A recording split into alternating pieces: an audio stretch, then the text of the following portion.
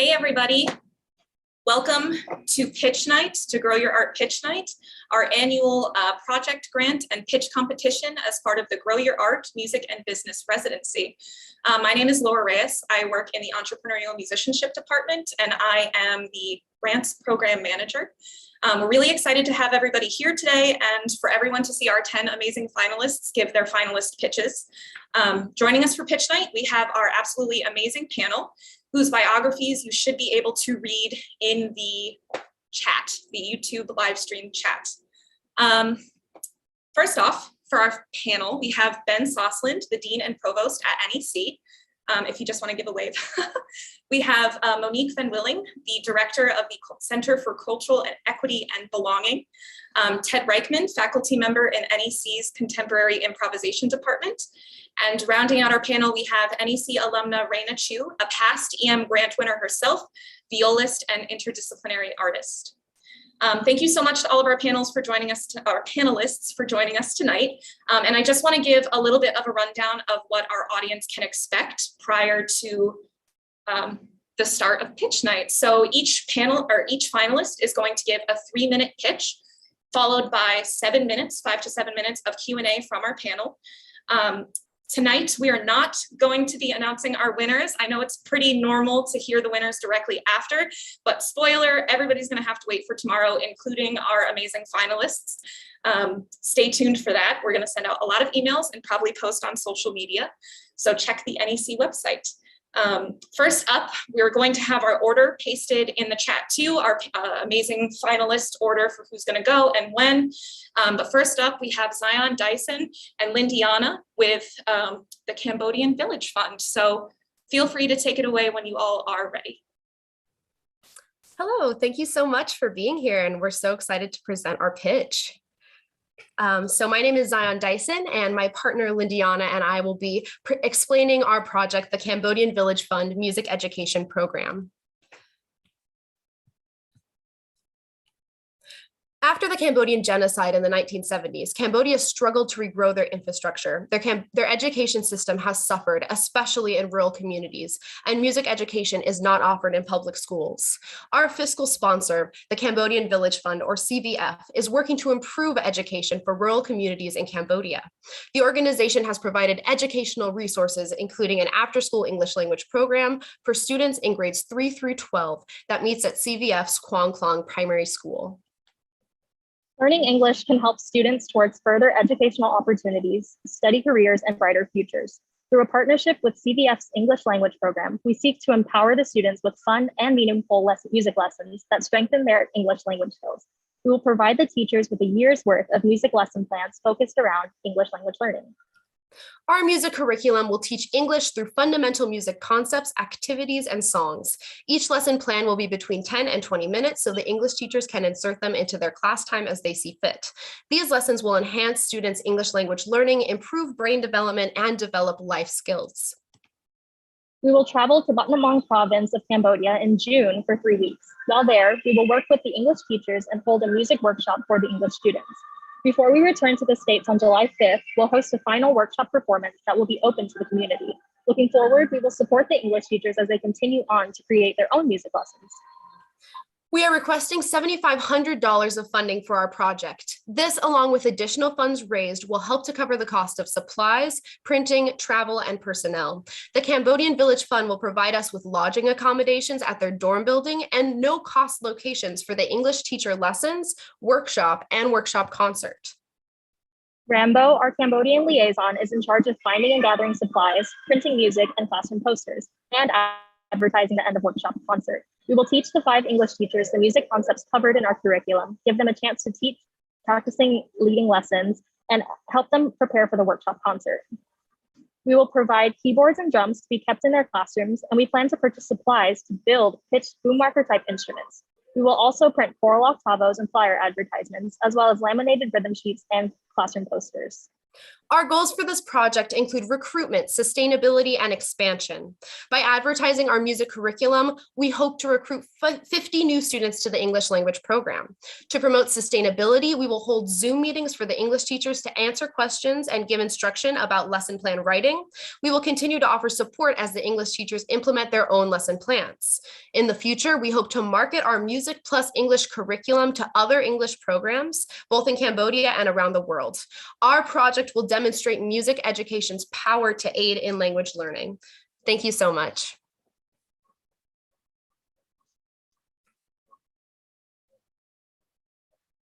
We'd like to take questions now. Yeah, all right, panelists, it's your turn. Questions, Q&A for Zion and Lindiana.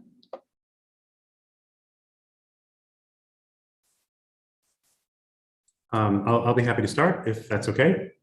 Well, congratulations on a fantastic project in an incredibly interesting part of the world. I'm curious to know what pedagogical background you have in teaching English, and also how you came to draw the parallels between music and English, and what makes you think that the specific lessons that you're hoping to implement will be effective on this specific audience. So Lindiana and I both have not had much experience with teaching English, but we have had experience teaching music. And I am currently learning a lot about music, brain development, and learning in Josh Gilbert's class. And I'm really excited to learn more about these ties between English learning and language learning, especially regarding the brain. We already know there's a lot of things that are in common with music and language, including learning things about syntax, which rhythm can help with, as well as creativity, all of these great things, including life skills. Lindy, would you like to give a little bit more about your pedagogical background? Sure. I'm a choral music education student at Georgia State University in Atlanta, Georgia. And as much English tutoring that I've had was helping some Cambodian students actually through Zion's grandparents organization, the Cambodian Village Fund. I've met with some high school students there and helped them a little bit, tutoring them in English to help kind of work towards scholarships and getting a college education. And then music education in particular, I'm part-time student teaching right now at a middle school, and I've had a little bit of experience there working with the kids there. And I'm also getting a concentration in music education here from NEC, and I've had a lot of opportunities to practice teaching through that, both in classes and through other means. And yeah, I've also done a small amount of working with the students in Cambodia through the Cambodian Village Funds on trips there with the organization. Thanks very much. I could jump in next with the second question. I actually had the exact same question as Ben, and so I'll just extend that question, which might be something to explore as well as a question. So the one component around bringing together music, doing art integration, which is music and anything else, or art and anything else, is in some ways understanding both components. Also, in terms of child development, if you're teaching an 8-year-old English and music, it's very different from teaching an 11-year-old music. So I'm wondering if you've thought of that component of child development in relation to this and what's appropriate developmentally. And then as an extension, have you thought about collaborating more with those English teachers? Because I actually see a lot of you, in a sense, giving to them, but I wonder if there could be a more through line of them actually sharing how they teach English, which might be different to how we teach English this side. And then I have a second budgetary question after that. Well, to start with the second part of your question, we will be meeting with the English teachers both before and after our trip. And before, we will be talking to them a lot about their curriculum as English teachers and the specific concepts they will be studying, as well as their pedagogical approach to English learning. So yes, we will do a really large amount of learning from the English teachers themselves. As well as, sorry, Lindy, do you want to keep going, take over? Yeah, we've actually been in touch with Rambo recently about setting up a meeting soon with the English teachers so we can start to really build our lesson plans based on what the students are already learning in their after-school English program. And another component too that we think is really important is the usage of creativity. And one of the biggest components of our lesson plans, especially later on, once the students have gained a little bit more knowledge, is songwriting. And that will be like very important for them to practice their English skills. Another thing as well is I will be learning again a lot about development through this music, brain development and learning class. And I'm very excited to be talking to Josh very closely about these subjects and how to implement them in our curriculum development. Thanks for that. I just have a quick budgetary question. I see that $2,000 is being used for printing, especially if it's printing in Cambodian. I'm thinking of exchange rates. I'm just wondering if you thought about getting some of that in kind, because in relation to your whole budget, that's quite a large percentage. So that's just a quick question. Yeah, so we've been talking to Rambo, our Cambodian liaison, about costs of things in Cambodia. That was an approximation we came up with, and that is largely because we're going to be printing. So there's 5 English teachers and 5 classrooms that are used for English teaching, and we want to create posters for all of those. We want to give all 300 English students sheet music. We want to provide these laminated rhythm sheets to give instruction on these various rhythm exercises. So there's a lot that's going into these printed materials that is very, very important to our project. And we believe that these exercises will give very strong foundations in music education. Thanks so much. Thank you. I'll follow up unless Ted or Rayna have something to ask. Yeah, I have a question. I mean, and apologies if you addressed this somewhere else, but I guess I'm wondering a little bit if you could expand a little bit on why Cambodia and why this school and just what your relationship is to this community. Lindy, why don't you start? Yeah, I'm actually Cambodian. My parents are both from Cambodia and traveled here after the Khmer Rouge, the Cambodian genocide in the 70s. And my mom has always talked to me about the education program in Cambodia and how it's been suffering, as we mentioned in our presentation. But I just would really love to help out, and it's always a really nice time to be back and like giving back to that community and Zion. Yes, so the Cambodian Village Fund was actually created by my grandparents, and they have such a close relationship with the communities that they help and travel there almost once a year, both alone and with tour groups. And I have actually taken 2 of those trips, both of which I had a little bit of educational opportunities where I was able to teach the students and work with them like a small amount on language learning. Okay, thank you. I think we're almost out of time, but I'm going to ask, in your written application, you said that you're planning to leave 100 lesson plans with these teachers within 3 weeks. That strikes me as being very ambitious. Can you explain that in 10 seconds? So we're going to teach them a lot of fundamental music concepts, especially things on piano. We're going to provide backing tracks as well as recordings of the songs that will be taught, as well as video demonstrations of the activities. So if we aren't able to cover all of the curriculum, they will have resources to implement it themselves. And yeah, we're also going to talk with them a little bit before to give a little bit of introductory music education as well. Awesome. Well, thank you so much, Zion and Lindiana. Thank you for your time and for your presentation. Next up, we have Aoud. And Aoud, you can go whenever you're ready. All right. Hey, so I'm really excited. I'm really excited to present this speech, mainly because I think 10 years ago, I presented a presentation in the EM class that I took about my goals and dreams in life. And I presented how I would like to open a music center and a music school in the desert in southern Israel. At the time, I was really struggling with what it means to be a musician in the 20th century. And what it means to be a musician today, and how can you find meaning to cutting edge musically on one hand and be meaningful to the community around you on the other hand. So I'm going to show you a quick video, a part of a video, because I feel like that would explain a lot, and then I'll be very happy to answer questions. The video is in Hebrew, so it's with English subtitles, so I'm asking for extra attention. And I'll show just a part of it. So thanks for your attention.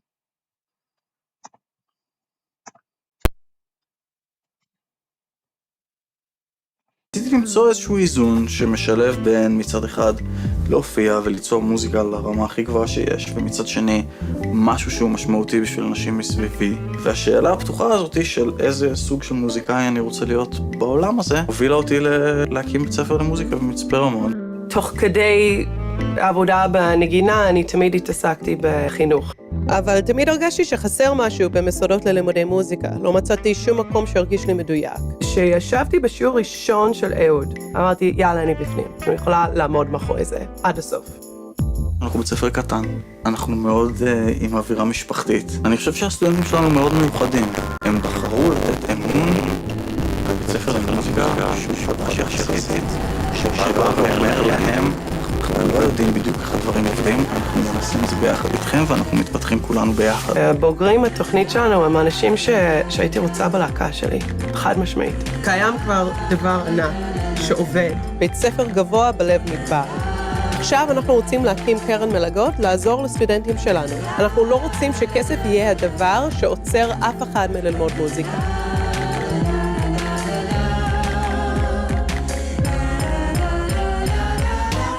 מצפה רמון היא מצווה את עצמה כמרכז מוזיקלי מהרגע שהוקם כאן מועדון הג'אז. ובאמת מצפה הפכה להיות מרכז של מוזיקה, מרכז חשוב מאוד בזכות בית הספר הזה. זה ממש מיצב אותה בתור, כמעט הייתי אומר, מקום עלייה לרגל למוזיקאים מכל הארץ. When I came here, I really felt that the school is giving me some light and something that I'm missing in a lot of schools in Europe. הגעתי לבית ספר בלי הרבה בסיס מוזיקלי. Okay, I think that's I'm almost out of time, so that's the part. Awesome. Thank you so much, Ehud. And now it is time for the Q&A.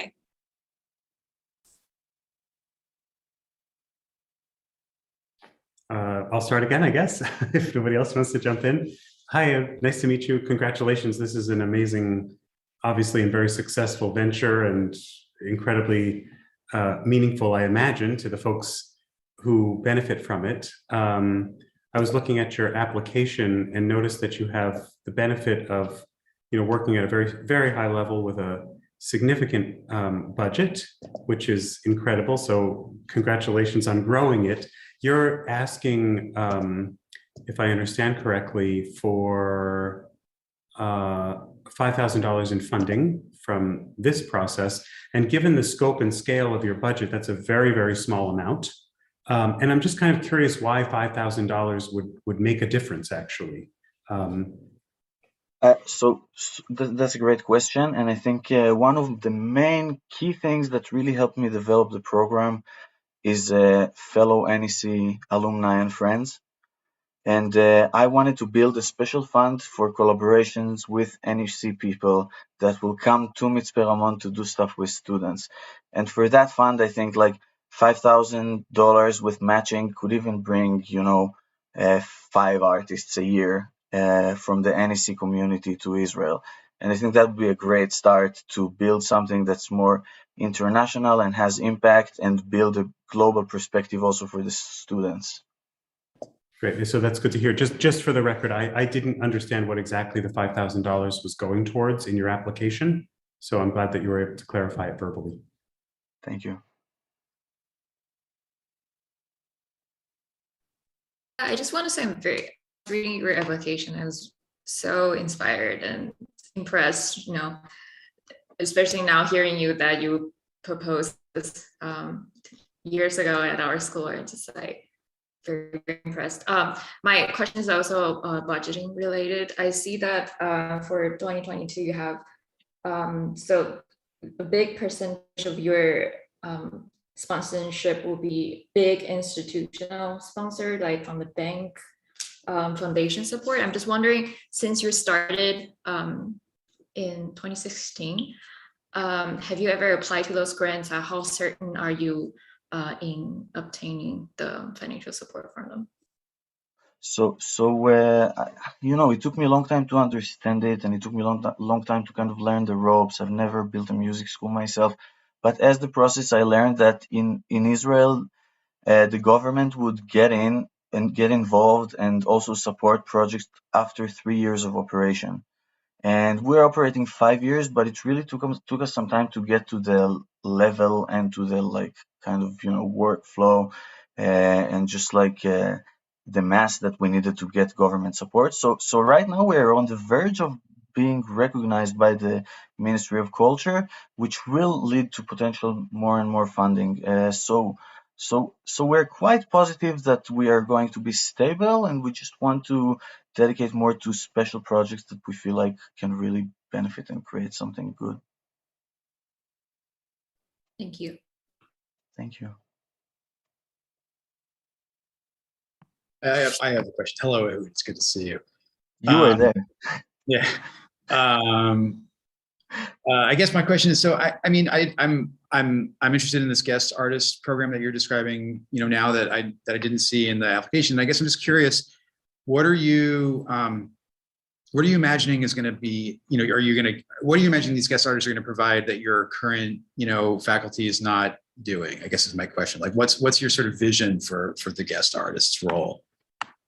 Okay, so I think you guys live in Boston, probably, or some of you. And when I lived in Boston, it was so obvious that there is so many different musicians with different concepts, with different things that they do, with different approaches, and you almost just like walk out every night to find some amazing music. But in Mitzpe Ramon, there is really it's a limited thing, and I think for musicians it's so important to broaden the perspective and meet with all kinds of approaches to music. So just the idea that there would be someone international, from the NEC community, not necessarily, it doesn't have to be even somebody who's like super famous or super successful. It can even be like somebody who graduated last year but is doing something that's interesting, would allow the students to meet with something different. And I think also for the young artists and also for artists in general, this is an opportunity to try stuff that they maybe wouldn't try otherwise, because they could easily get a studio, a bunch of willing students that would do the craziest thing that they want to do with them. And that would be really nice, either for recording, for concert, or just for musical experiments. Awesome. Thank you, and congratulations on this school. It really looks amazing. I'm happy to see you doing such great stuff. So thanks so much. Thank you. It's really great to see you. Yeah. I have a final question. Your project, congrats. It sounds like a wonderful and meaningful project. And I'm really interested in your students. And maybe I know this is always a hard question for folks to pitch at a nonprofit. So I sort of pitch it sensitively. I'd love to hear some of the impacts that you've seen over the 5 years. I see you taking 15 students every year. What does that look like for you? And what is your long-term plan? You're like, are you hoping that they are artists? Are you preparing for college? Or are you figuring that out as you go along, which is also fine? Just wanted to hear some of that. Great. So I think the current profile of our students is many late bloomers, actually. And some of them are actually not became serious about music just right until they arrive. And so we really have to be hard on them with stuff like ear training and music theory and really the basic musical skills. And so far we have alumni that continue their studies in the Jerusalem Music Academy, or one guy that continued to Amsterdam, and even one student that's now studying in Berkeley, and one student that wasn't, anyway, one student that is trying to get to NEC. So, I think the impact is, but I think that's not enough impact for me, because for me, the main impact would be to see what these guys will do when they graduate, having this concept. And this is an impact that you can probably measure fully in 10 years. And the other impact that I like to measure with the 5 seconds I have left is about the place, the local town that we're in, which has 5,500 people, and what would happen there in 10 years. Would those kids play music? Awesome. Well, thank you so much for your pitch, Ehud, and for your answers here. And now we're going to go to our next finalist pitch, Kenya Seymour. Hi, everyone. Okay, I'm going to share my screen.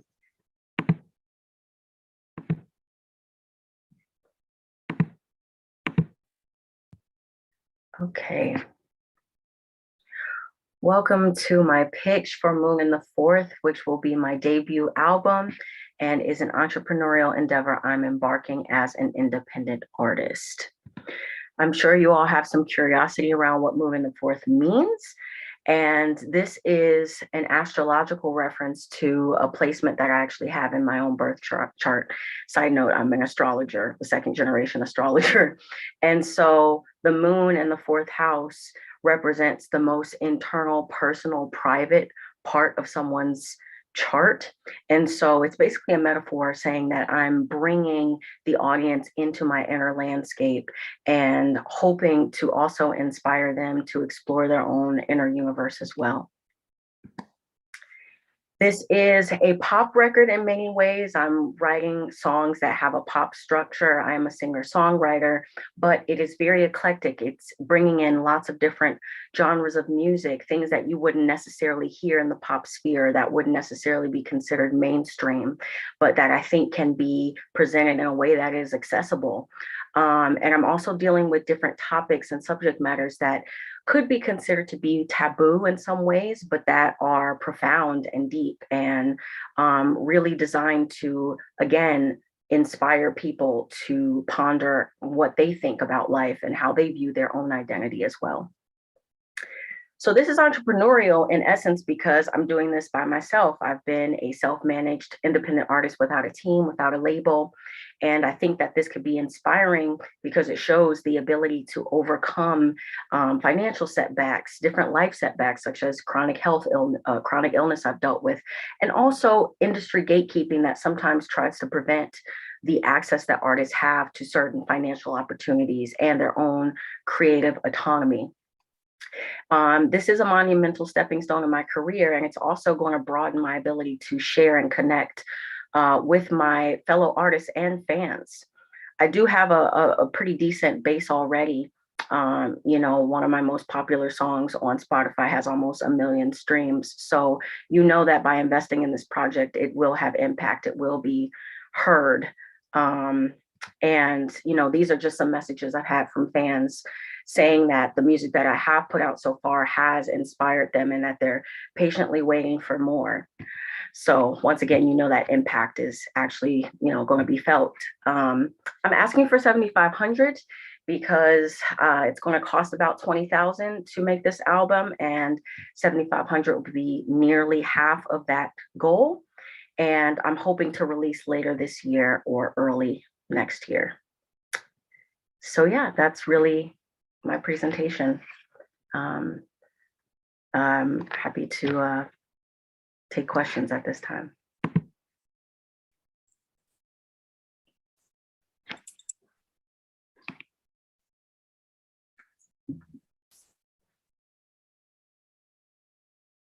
No questions, okay.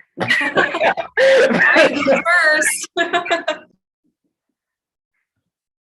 I mean, I guess I could ask a question if Williams wants to start. Hello, Kenya. It's great to see you. Hi. You know, I'm a great admirer of your music. I have been for quite a while, and as you know, and you know, I guess I'm just wondering. I mean, I'm with you on the idea of your music, of the music's excuse me, of your music sort of affect your vision for its effect on other people.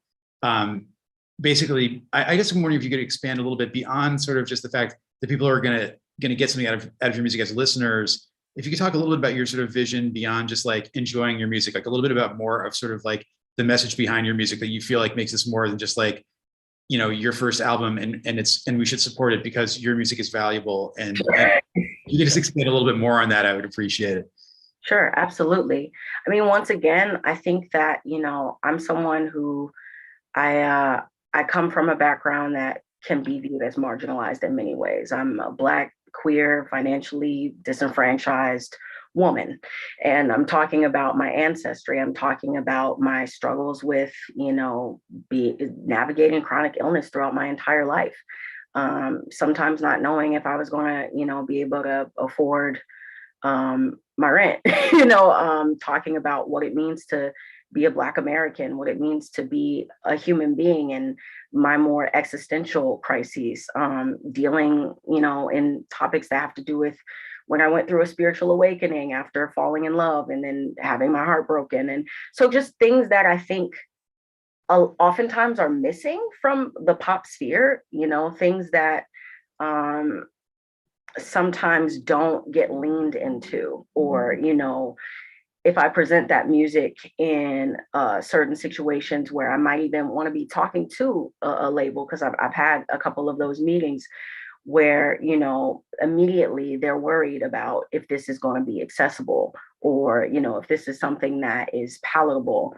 Not to mention, you know, how just labels can work sometimes in terms of how they want to thwart artists' creative control in general. So, you know, I don't think it's something that's just enjoyable for the sake of being enjoyable, but it could actually be like, oh wow, this girl who is navigating these identities, who has overcome these struggles and is still going through these struggles, is able to make this music that can inspire other people to share their story, that can inspire other artists who might be having similar experiences to be like, man, I can do this too, you know, and put things, I mean, I grew up on pop music. Like, I love good pop music, great pop vocalists, and to see what the decline has been over the past like 10, 15 years is like devastating for me to show like, hey, you can make songs that are accessible and catchy and that people enjoy, but that are meaningful and are saying something and are speaking to other people's experiences and are honest and real, and are not the same kind of vapid things that I think is a little bit too prevalent in today's music in a lot of ways. So I hope that answered your question. Yeah, very much. Thank you.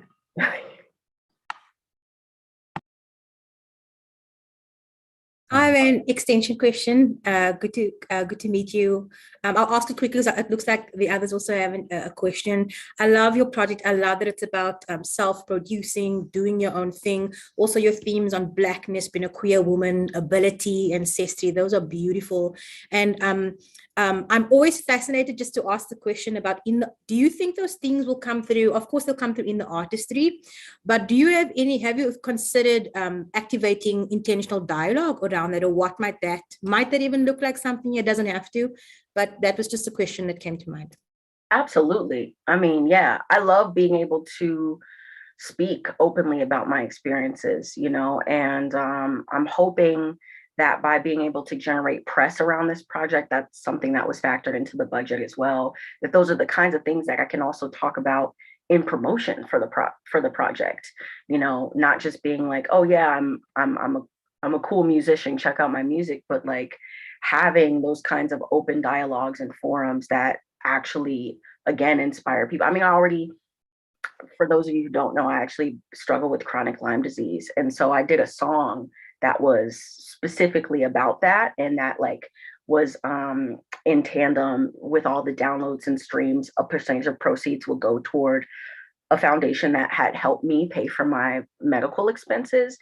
And so in those interviews, I got to talk about and give light to Lyme disease, and I'm sure educated people on what that was, and had other people who have that struggle or have other similar struggles say like, wow, thank you for this song. Oh my God, I'm finally being seen or heard in this way. So I want to continue more of that. And the album is like a way for me to basically delve even deeper into that, and hopefully have the kind of platform where I can have more reach and inform more people about those things, for sure.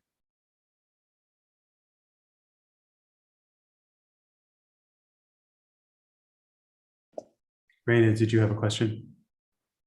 Go ahead. I was just curious. It's great to meet you. Of course, the project's amazing, and I can't wait to hear your SoundCloud actually, because you're new to me, so I'm on it right away. But I'm curious to know, in the marketing portion of your overall budget, it's significant as it should be, but do you have specific ideas about how you're hoping to reach the audiences that you've just spoken about? Yes, for sure. First, I want to say, I think the link I included in my application, I didn't understand I had to share a special link. So I'm actually going to put it, I think in the chat. I can only send to Laura, but I'm going to put it in the chat, and hopefully she can send it to all of you. Just you so have the benefit of a unique name, so we'll always be able to find you. So okay. don't worry. Awesome. But to your question, I plan to either hire a PR firm or a publicist, which are typically the routes people go.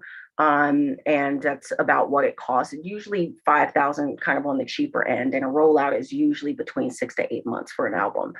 And I plan to try to do major publications, so things like, the Fader or Bandcamp or Afropunk, publications that are really known for being able to give a boost to new projects, as well as Spotify placement, playlist placements, different streaming sites, playlist placements, because that's kind of a way to get your music in circulation and keep it in rotation as well. And I'm sure that there are other strategies that I'm not aware of yet, because I haven't quite gotten to that part of the project yet, because I'm still in production. But just from talking to other friends who either have successfully, done independent releases or even done releases with independent labels, they have explained and expressed to me, and also being able to talk to a few different PR people, that's usually the process. And those are the kind of channels you start to, you want to try to hit up. You want to go for the digital, big time, and then as well, those bigger publications, NPR, basically trying to stay on people's radar, especially around the time of the new release, so that you get to kind of tap into that new release market. And yeah, it takes a pretty penny to be able to do that, to be able to tap into those markets. But I hope that answered your question. Okay. Awesome. Thank you so much, Akenya. Next up, we are going to go to Amanda Eckery with El Paso Jazz Girls.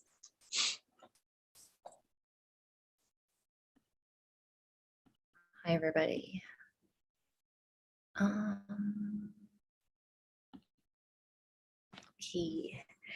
everybody. My name is Amanda Eckery, and I'm the founder of El Paso Jazz Girls. 2022 is our 5th anniversary, and we're requesting $3,000 to grow our annual cost-free summer program, launch our first professional development workshop, and increase our brand recognition. In the last decade, only 7 girls have made Texas All-State Jazz Band. That's less than 2% of participants. National bands like Jazz at Lincoln Center have had 0 females since its inception over 35 years ago. And in a recent study done by USC Annenberg, it was reported that only 12.6% of professional songwriters were women. There's clearly a lack of diversity both in institutions and professional settings. So I created El Paso Jazz Girls to help change these demographics, starting with my hometown. El Paso Jazz Girls is a cost-free program for female identifying students age 11 to 18. Our program is open to all instruments and vocalists, regardless if they're found in a traditional big band. And we arrange carpools, meals, and instruments as needed. Over 4 years, we've created a support system with over 90 students and an all-female Texas native teaching artist staff. We've had alumna go on to study music in college, come back to serve as junior teaching artists, and have seen an increase of females in El Paso's all-region jazz bands. We've been making small measurable change, but we need your help to continue. This year, we're growing our summer program to focus on writing, recording, and performing original music. From past surveys, we've learned that writing original music is empowering for participants. They're writing to their interests, working within mixed-level ensembles, and applying skills learned in our daily theory and improvisation sessions. We also want to work with Star City Studios for the first time to teach students studio recording skills and produce high quality recordings that they're able to use for future opportunities. The entire program culminates in a live concert at a female-owned restaurant. We also have plans to conduct our first professional development workshop for high school music directors in the Ysleta School District. We will share our research exercises, repertoire, codes of conduct, and give concrete ways directors can inform or include more females in their jazz programming. By engaging local music teachers, we are ensuring that our work and mission is being continued in the classrooms year-round, and that has been a long-time goal of ours. Lastly, we want to grow our recognition in El Paso by developing merchandise with local artists, hiring a local PR firm to help celebrate our 5th anniversary, and have a presence at more citywide events like the Hanks Jazz Festival and Downtown Trolley Track Series. According to research done by Dr. Ariel Alexander, most young girls don't join or drop out of jazz education due to the masculine image of jazz, gender stereotypes of instruments, and competitive and dominating settings. El Paso Jazz Girls is making direct practical strides towards breaking these barriers. Through our summer program, professional development workshop, and increased awareness in the community, we can take bigger steps towards growing our reach and inciting others to take action on who they play with, hire, and learn from for the next 5 years. I really appreciate your consideration and thank you for your time.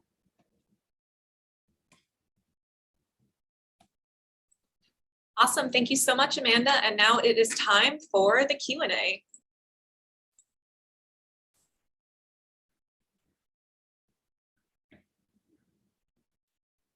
I could kick us off. Oh. No, go ahead, Monique. I was just going to say everybody's being so polite. They don't want to be the first one. So please go ahead. It's hard to be the first one. Amanda, congrats. This sounds like a wonderful project. And I love that you are supporting female identifying students in Texas. I also love that you have many Texas-based artists who are from Texas.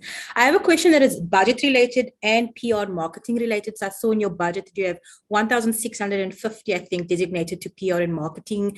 And in relation to your total budget, that's sort of a large percentage. And so I was just, my question is, I heard that you're celebrating your 5th anniversary using that PR firm, but I was wondering, what is the key goal of the marketing and PR? Is it to get your name out there more? Is that in aid to get more funds next year? Or is it to get more students? So what is the key goal there around, besides the anniversary? Yeah, it's a combination. So like it's a recruitment thing so that, students that we don't reach, maybe they're homeschooled or their, director isn't on our mailing list or something. So to grow like recruitment wise, but then also just like for recognition. We've applied for a lot of grants in El Paso from foundations, and a lot of times, because we're new too, and they don't have a lot of information, we get passed over for funding. And so it's really like, to have like credibility in the community and have just a wider reach for students.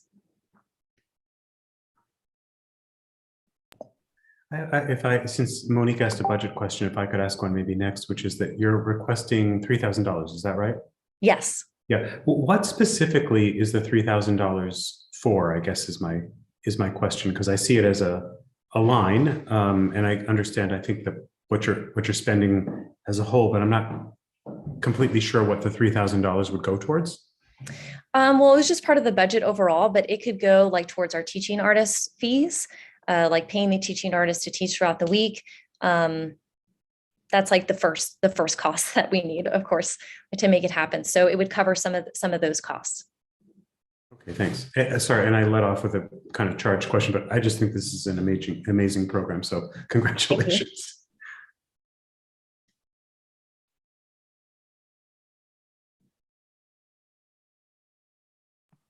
Yeah, I don't have a question. I really just want to say that I wish every town had a program like this, and I hope you'll consider broadening your geographical scope someday. Thanks. We've done stuff in Austin before, and we've partnered with some other, there's like a Kia She Jazz organization in Philly. NEC gave us a scholarship to have a student go to NEC Jazz Lab, and we did stuff with the Trumpet Festival, the new Festival of New Trumpet Music with Dave Douglas. It is very, like, we do want to grow, and a lot of emails have come in asking like for development, like this professional development workshop, that kind of like consultant type of work, which is why we want to like build it up so that we can share it. But it's also totally about knowing your city and your people, and like who to ask, who to reach out to. Yeah, very much. I think, I think that's a great foundation, so amazing work. Thank you. Amanda, I feel like I've been hearing about your project for years. I just want to say I'm so like impressed that it's your 5th anniversary. I also had the same question with Ben, like why 3,000? Because for me, this is such an amazing program for me. That's like, why not more? I guess that was my question. Why not more? So I'm reading your budget plan right here, and I see that you have other grants. I'm just wondering, have you secured or have you confirmed, or Yeah, we have other grants pending. So the 500 is confirmed from a local foundation, Miha, yes, you can. And then the 1,500 is from the El Paso Community Foundation, which is pending. We got a grant from them last year and they were very supportive, and there's a board member who likes our work. So I'm hopeful that it'll be confirmed for this next year. And then we also have like a giving day that's El Paso specific, where we've gotten individual donations to help fund things as well. Thank you. I just always thought this is such a great idea, and and I also seeing that you were planning that the summer program is 5 days long. It's a week. So we start on Monday, we finish on a Saturday. So six days. I mean, I would love to see it like turning into like a bigger program, maybe like a month or something. So that it was like, oh, she's only asking for 3,000. Yeah, our schools recently changed to year round, so we're kind of limited in the amount like of time that we do, but we do stuff in the winter as well, and for International Jazz Day at the end of April. But they're shorter events. I have a question just about the connection to the teachers. I love that you're doing that holistic approach. And we know that in-school teachers are really important to this whole ecosystem. So my first question is, what does that professional development entail? Knowing that they are trained teachers and you are professional. So what is the intersection there? And then a secondary question is the through line of education for students. So if it's 1 week, knowing that jazz and improvisation takes so long to learn, what are your thoughts around those two things? Yeah, so for the professional development workshop, it's like PD credit for, teachers. They have to have a certain amount of credit every year, and, they could attend something that they already know, but it's more of like a share event. Like, this is what we're doing. Here's some exercises that you can do. Here's like the language that you can use in classrooms. And especially in Texas, because most jazz curriculums and our all-state audition process is focused on big band instruments. And a lot of our students don't play those instruments, or what's found in a traditional big band. So it's mostly about like kind of how do you rearrange things that you're doing, how do you include them more. So that's what the PD workshop will look like. And then for students, it is just a week, but we have resources year round. Like on our website, we regularly update like resource packets where like how to book a gig in El Paso, improvisation like at certain levels, how to turn your closet into a recording booth, like very specific things that girls have asked for. So we don't just like see you later for the week. We have continued support throughout the year, but it's all virtual at this point.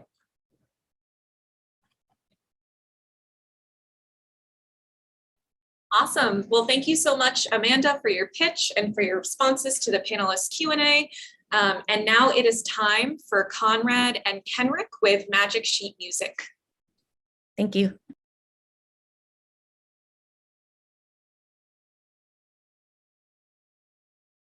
Hello, everyone. I hope you can see me okay.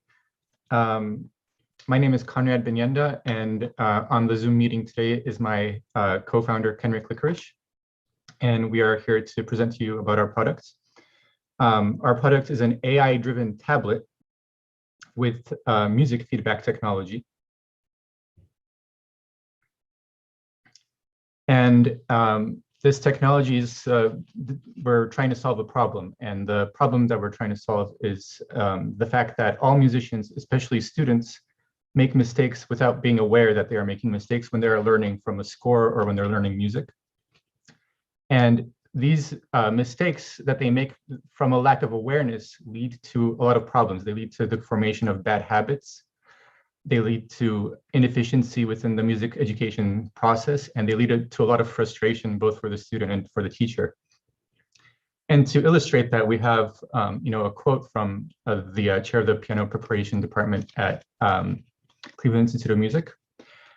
And we also have some endorsements from faculty across the country for the utility of our products. So our solution is essentially to use state-of-the-art AI technology to inform users about mistakes that they are making in real time during their practice. And now I'm going to give the floor to Kenrick, and we're going to show you some demos of our technology.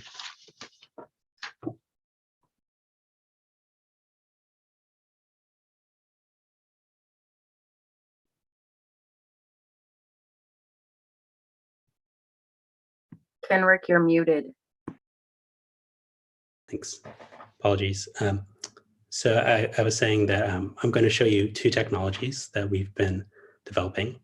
So the first technology is a technology for taking live audio and being able to write down the notes that are being performed. So I can show you that video. So 1 second.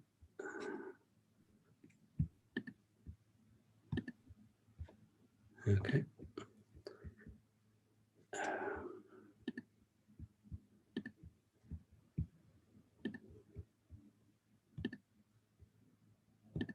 Okay, so what you'll see in this demo, you'll see a few video clips. In each one, you'll have a live musical performance, and then halfway through the performance, we're going to switch from live audio to transcription. So it actually won't be live audio, it's going to be a computer writing out the notes of what it thinks is being played.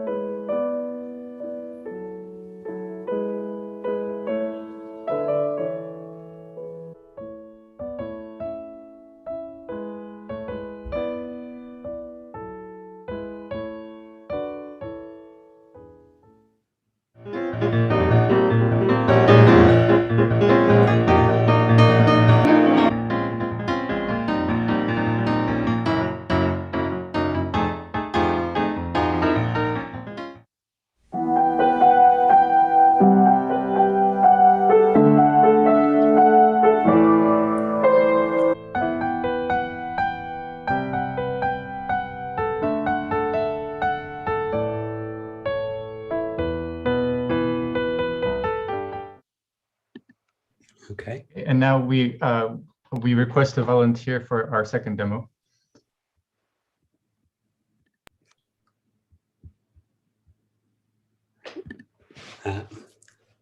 Anyone want to volunteer? I will. Okay, If no one else perfect. wants to go.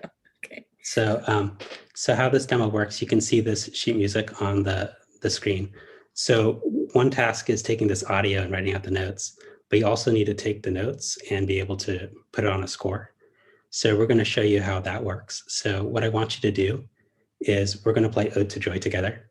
And I want you to call out the notes, and you can call out the correct notes, you can call out wrong notes, and we'll see how the feedback generates as we're kind of playing through. So I'm calling out the notes on the sheet music. Yeah, you call out the notes and I'll type it into the system. Okay. Yeah. So you can start with the beginning here, starting with, and you call out letters between C and G, because for this demo, it's just those notes. At any pace. Yeah, any pace, yeah. Okay, and I start now. Yeah. Okay. E, F, G, F, E, D, C, D, E, D. Okay, and maybe call out some mistakes now. Oh, I forgot to do that. Okay. E, F, A, G, F, D, C, E, F, E, C. Perfect. I think that's enough to illustrate how that aspect of our technology works. Thank you very much for volunteering. Okay, I think that's the end of our presentation. We just wanted to show off those two features that we've been able to construct. And now we can open up the floor to questions.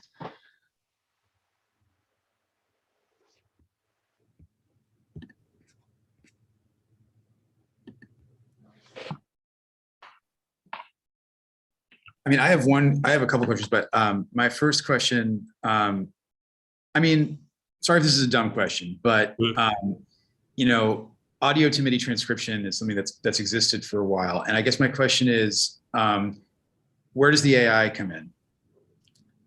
Yeah, Kendrick, you want to tackle this one? Yeah.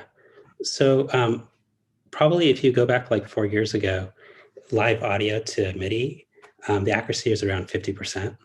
I can actually show you a demo of this, but this is what we're showing you is around 97%.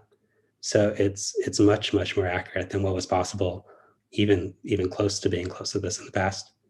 And I think what we're showing you is also much more accurate than what the competitors that are out there, which kind of have that technology from 4 years ago.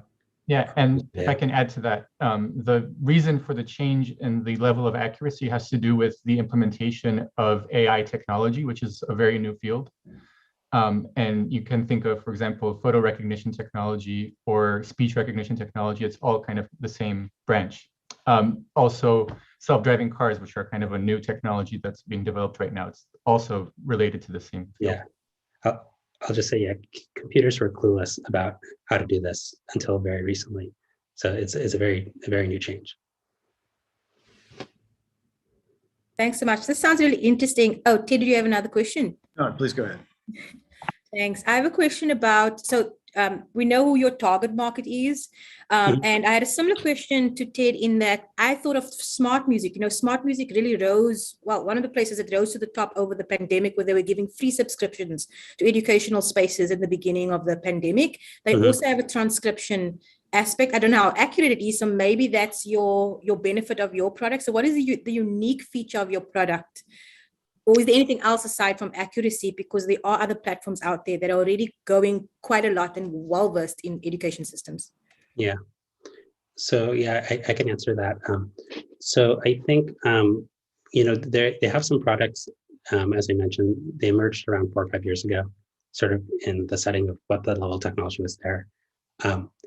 Accuracy is part of it. Like, we're much more accurate. I think that's clear, and we can show you demos of that. But those products, they also don't have real score following. You have to play from the beginning of a piece to the end in a straight line. And they have a lot of limitations. Like, for instance, with one called Musician, you're restrained to only 10 notes. Like, they tell you, I'm going to calibrate these 10 fingers, and you can only play with those 10 fingers on the piano, right? Another one's sort of constrained to 3 octaves, which is a little bit more advanced, called Joy Tunes. But they're not able to really do this like flexible, like just play however you want to play, and we're just going to give you feedback. We're not going to constrain you and like telling you how to practice. But, our dream is to make it eventually get to a point where you can just play naturally, and it will just follow you as you're going through the score. Yeah. So kind of to piggyback off, the music educational technologies that have existed, they, for example, will give you a grade on your performance based on the similarity of the overall recording to a database recording that they have, but they won't give you note by note specific feedback, especially if you're not going through the piece in a metronomic linear way, as Kenrick described. So in other words, it's the utility of that from the standpoint of, for example, using rubato or natural distortions of time that musicians like to do, it's really limited.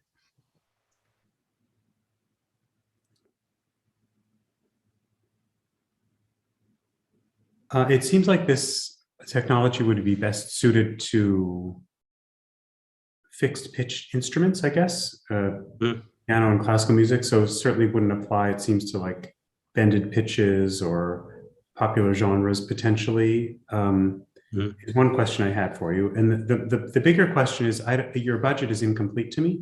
So I don't understand how much this is going to cost. And I also don't understand, it seems like you applied for the full 7,500 because you could. And I'm curious to know how that fits into your overall understanding of the budget. Okay. So maybe I'll answer the first part of that question. Right now, we're focusing on piano because I'm a pianist and I have the most area of expertise in that field. But the way AI works is, as long as you can present data to the neural network. So in other words, if you can come up with hundreds of hours of recordings of any instrument, as long as a human ear is able to tell the difference between the notes, the computer should as well, because it's built in the same way. So this is definitely generalizable to other instruments. And to address your question about the budget, Kenrick. Yeah. So, and we apologize for the incomplete budget, but I think I can clarify pretty quickly. So if we're looking, we had a budget for this last year. It was about $3,000. We haven't spent a lot of money being able to develop up to this point, and we think we've made a lot of progress. But we think what this money could be useful for is that we're kind of in this final part of a push to getting to a full prototype. You know, we have these two demos, right? We combine them together and you have something where you can be playing piano and showing it working, right? And we need some extra funds in order to be able to get to that endpoint and to sort of polish the product and get it ready for demonstration, because it will be sort of staged. I think that the money you can provide us would be extremely helpful for making us a much more polished product. And then with the more polished product, we can turn that into, you know, more funding if we can present this to more institutionalized investors. And there's going to be a process here, but it's this certainly important part of our journey. It's, I think, the right time for us to be able to have funding like that. I will show you really quickly, and I can send this to you because, yeah, we should have maybe considered this before, but I can show you like another budget that we came up with. I'm so sorry, Kenrick, we actually don't have any more time. You are free to email me any supplementary materials, but right now the pitch time and the Q&A is over, and it is time for us to take a break. So thanks everyone so far for watching. Thank you so much, Conrad and Kenrick, for your pitch. And we are going to start a 15-minute break right now, and we will be back in a jiff. Should we still be exiting the Zoom?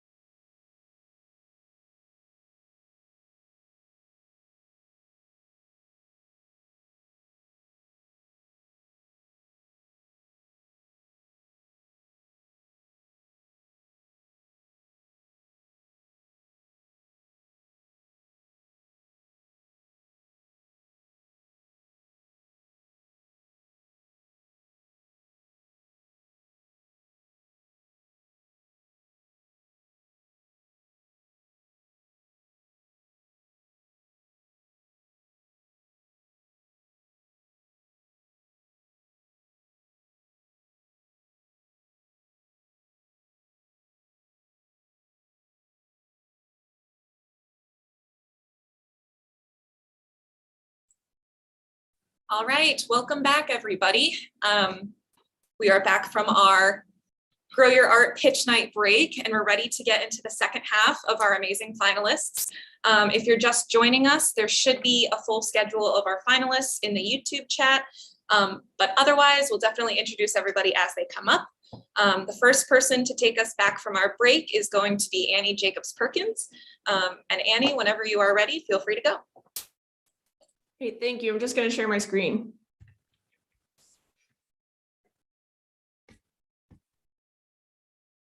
Okay. Hello, everybody. I'm Annie Jacobs-Perkins, cellist and seasoned artist for the concert series Insert Music Here. I'm requesting $7,500 to fund composer fees and recording costs for Silent Wood Deep River.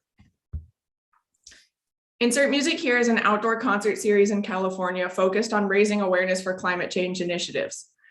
This project will kick off our inaugural full concert season.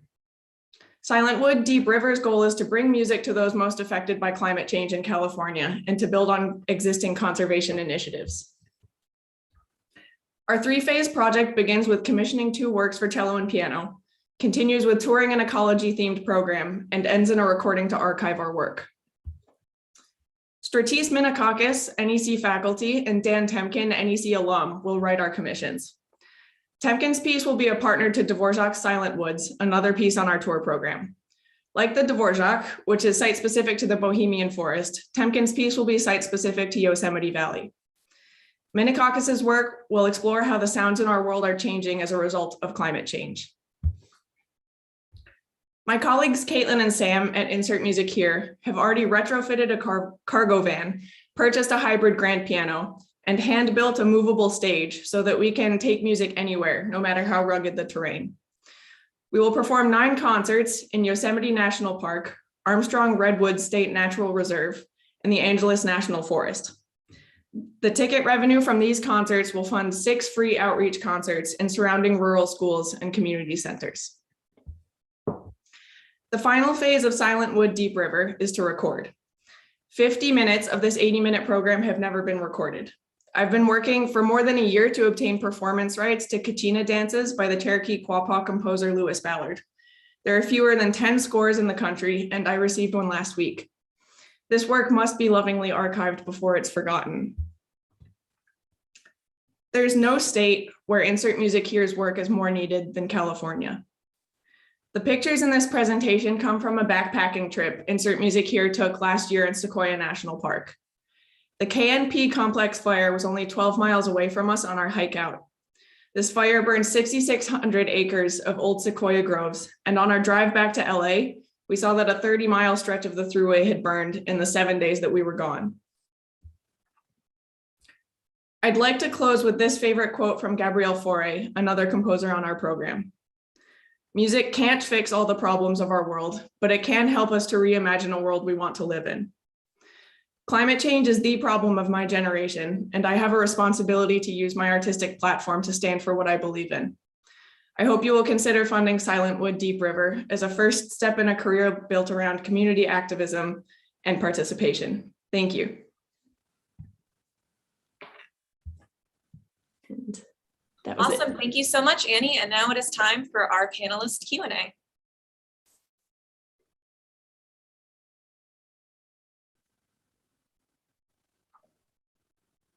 I'll be happy to ask a question.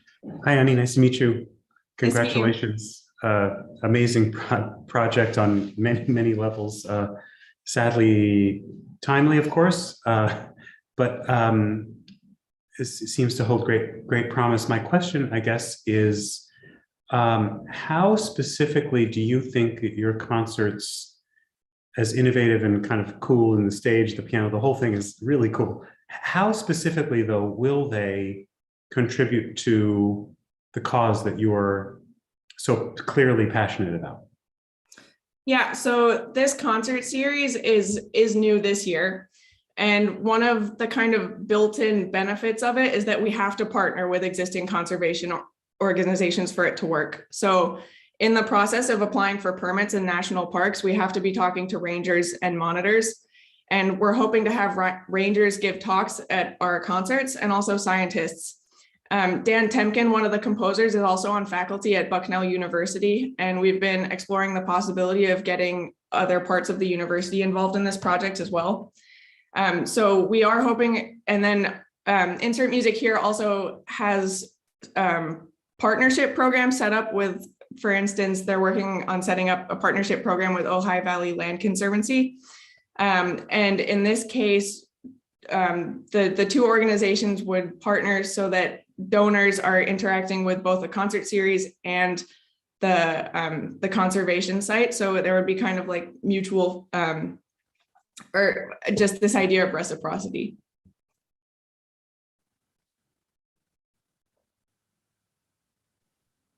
I have a follow-up question. Congrats, Annie, on your project. It sounds really interesting. I'd love to come to a concert like this, sitting outside and with this theme. I have a question. So I see that your album, you have two pieces of music, one by a Native American, father of Native American classical music, a Lewis Ballard, and then a Latinx composer. And I saw that you were drawing the themes between nature, in a sense, ethnicity and artistry. I didn't use your words, and in global culture, in a sense. And I was just wondering about first person narratives. You know, it's really important when we talk about global culture to get that from the cultures themselves. So I was wondering if you might be part of any of those cultures, and if not, have you considered how to get those first person narratives to actually ask someone, what are those connections in the music?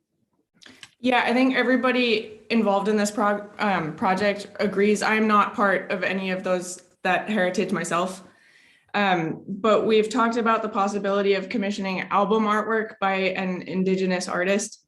And actually, by nature of the piece, I've had to be in contact with the Lewis Ballard estate because it's so difficult to get my hands on the score because there are so few. So there's one available in a library at the Institute for American Indian Arts, and that's in New Mexico. And so I contacted them, but I ended up having to go through the family.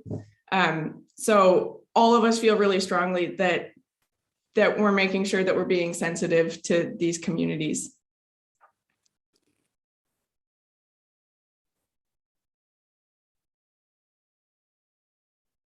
I have kind of a very basic budget question, which is, I'm looking at your income area, and I guess I'm wondering where you, how you derive the 50 people attending number for your concerts. I mean, is that like the limit of the capacity, or is that?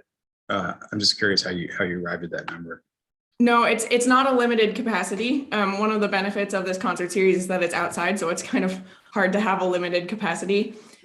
We came up with that number because it is our first concert series, or our first concert season. So we're trying to be realistic about the number of people who would attend, and at the same time be not aggressive with our marketing, but assertive with our marketing.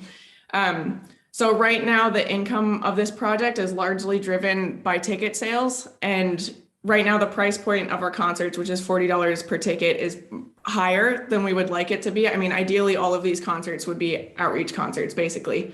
So I'm actually in the final round for another grant right now, and I'll be doing that presentation in a few weeks. And the pianist Caitlin has also applied to some other grants.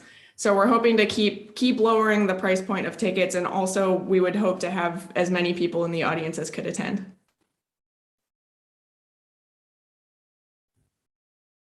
I just would follow up on Ted's question, which is that I'll just say that it seems very ambitious to sell 50 tickets per concert at $40 each, especially for an outdoor concert where there's so many variables. And I would maybe encourage you to think about another income source with either its partnerships or sponsorships. Sounds like you're on your way, but that part of it makes me a little bit nervous, despite the fact that I really believe in the concept and the artistic product for sure. Yeah, and we recognize this. So we've also been applying to grants that are more typically for commissioning new music.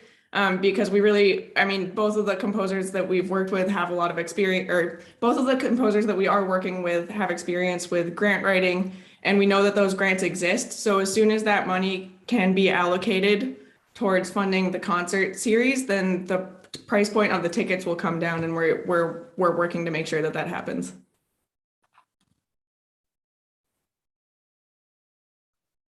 I'm just jumping off the commissioned pieces. I'm just wondering, what do you think of performance rights after you've commissioned these pieces? Would they be available for other musicians to perform, or are you planning to, just a general question regarding. Well, I mean, my personal opinion on this is that the pieces are the intellectual property of the composers. And so we've also been talking with them about just whether they're part of ASCAP or BMI. And so how those performance fees would work. We haven't talked in detail about that yet, but I think they're going to be writing great music, and it would make a lot of sense to allow that to be public so that this becomes an established piece of cello and piano repertoire.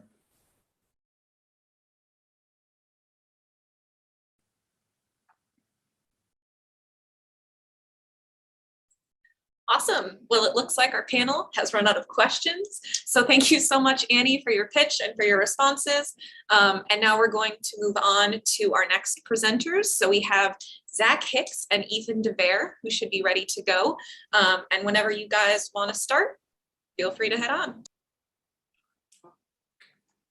Hey, Zach. Hey, Ethan. Did you hear the one about the 8 wind players who walked into a bar? No, what about them? They had just performed the Stravinsky Octet at Off the Chamber. Oh, wait, what's Off the Chamber? Off the Chamber is a new concert series of contemporary music based on old favorites for non-standard ensembles. As the co-founders and artistic directors, we are seeking $7,500 to hire 2 composers, 8 instrumentalists, and 1 conductor for our inaugural concert. This exciting performance will take place in September 2022, featuring Stravinsky's quirky classic and 4 specially commissioned wind octets. This program epitomizes our philosophy that concert programming should be relevant and accessible to modern audiences. Concertgoers will choose Off the Chamber over our competitors to hear what the composers of today will create with the motley crew of winds and brass envisioned by Stravinsky. Passionate audiences are the lifeblood of live music, and our project will engage audiences by bridging new music to standard repertoire through striking instrumentations. As the artistic directors of our new concert series, diversity is important to us. We all know that when we go to classical music concerts, we unfortunately hear music written almost exclusively by people who look like Ethan and I. Of the 371 works performed by our closest competitors over the last 3.5 years, only 30% were written by women, and only 26% were written by BIPOC composers. That's why we're committed to premiering works by composers who identify as female, BIPOC, LGBTQ, or any other group historically underrepresented in classical music. We also want to ensure that our concert is financially accessible. Our chamber music competitors charge as much as $94 per ticket, which is a major expense for most prospective audience members. We, on the other hand, are committed to producing affordable concerts. Tickets to Off the Chamber will cost only $15. Only $15? Where is this happening? Your garage? No, actually it's happening at Symphony Space's Leonard de Mo Italia in New York City. Wow, that's a premier venue in New York City for just the price of going to the movies. Not only that, but we will be one of only a few concerts happening in September, since most of our competitors start their season in October. So get your ticket now, Zach, before all 168 seats are sold out. Well, I'm convinced. I can't wait to go to Off the Chamber. Thank you very much for your time and consideration. We look forward to taking your questions. Awesome. Thank you so much, Ethan and Zach. And now it is time for some Q&A.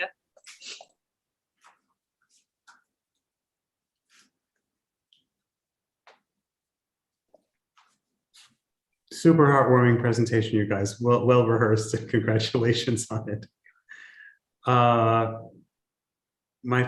have 2 questions actually. The first is about your budget and how it's predicated upon the fact of selling out the space at full ticket price, and what makes you think that that's reasonable or viable. And the second is, why would an audience necessarily care so much about the instrumentation, as interesting as it is?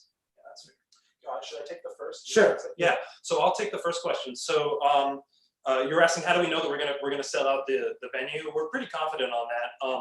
last year in the summer, summer 2021, I started a woodwind quintet, and through the 5 of us just, reaching out on social media to people and marketing on social media, telling friends who we knew, community, we were able to get a pretty large gathering for our concerts. It was about 50 people for each concert. And for this concert that we're proposing, there's going to be 13 people involved. And so I'm confident that, we're going to make that sort of, we're going to be able to sell 168 tickets with 13 people. And additionally, are you going to bring a Morgan? Yeah, well, actually, no. Well, I was gonna say, I was gonna add on to what you were saying. Yeah, go ahead. And say that, like, if you look at our budget, obviously, we are planning on selling the whole 168 seat venue, and we feel extremely confident that we can do so. But we've structured the budget so that should that not happen, like maybe, who knows, maybe COVID will be worse again suddenly, God, I hope not, and they'll do a limited capacity or whatever, but whatever, we've structured the budget so that in that case, we would take the hit.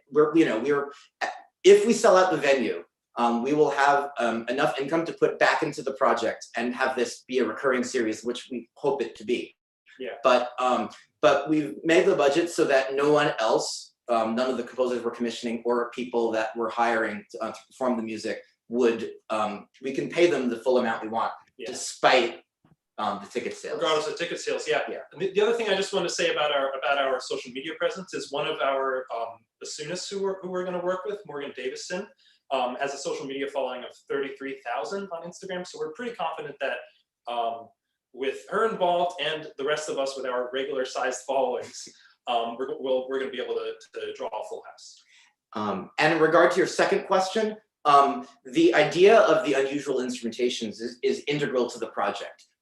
We strongly feel that if we present a work, if we present a concert of works of the same non-standard instrumentation, all centered around a piece, a staple of the repertoire that audience members are likely to know and love, this will bring in audiences perhaps that will come here for that piece, and will broaden the audience, broaden their ears. They might not be as experienced listening to contemporary music, so they're going to be hearing that piece along with contemporary music, and that instrumentation will provide a natural link between the pieces, so that it will give them it will give them an in to something to grasp onto to listen to the piece if they're not as experienced listening to contemporary music, because they'll be interested to hear what composers do with these very striking instrumentations.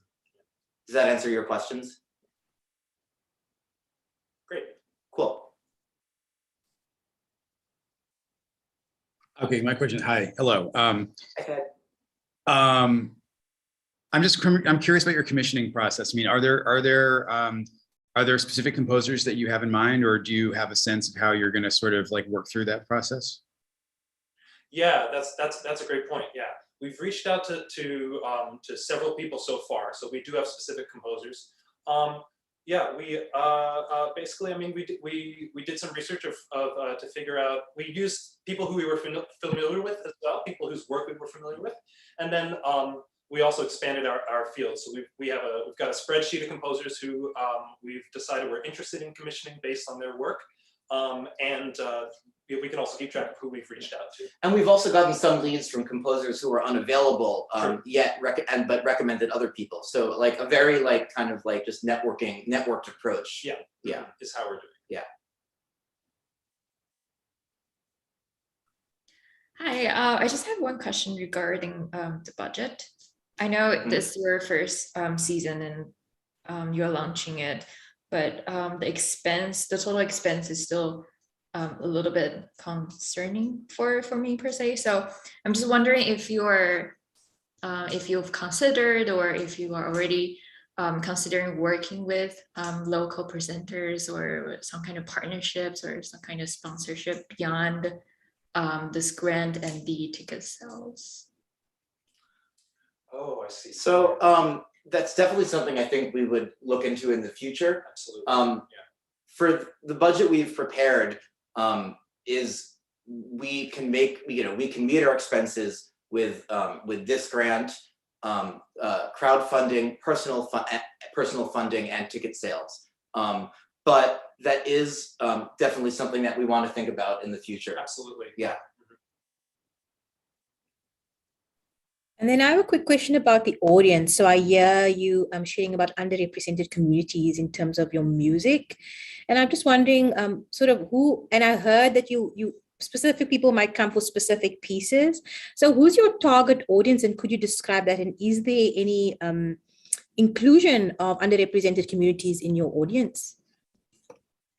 Oh, yeah, great question. So our target audience, since we're still starting out, we've thought about this so much. Since we're still starting out, our target audience is those who we know are certain to come, which is that they're how do you say, our network of classical music aficionados as well as professionals. So it's going to be people who just love classical music, and I mean they do come from a varied background. But it's mostly those from our networks, and those who will also hope will bring people from their networks as well to come and accompany them to the concert. And I also want to again emphasize, as we did in our presentation, the low cost of our concert. We don't want cost to be a barrier to anyone being able to attend our concert. Right. Yeah. So we made sure to be able to budget for a low cost. Yeah, we've budgeted at the lowest cost of all of our closest competitors. Awesome. Well, thank you so much, Zach and Ethan. And now it is time to move on to our next finalist presenters. So we have Anna Abundalo and Jonathan Starks coming to talk about their project. And you two are good to go whenever you are ready. Okay. Just going to share our screen.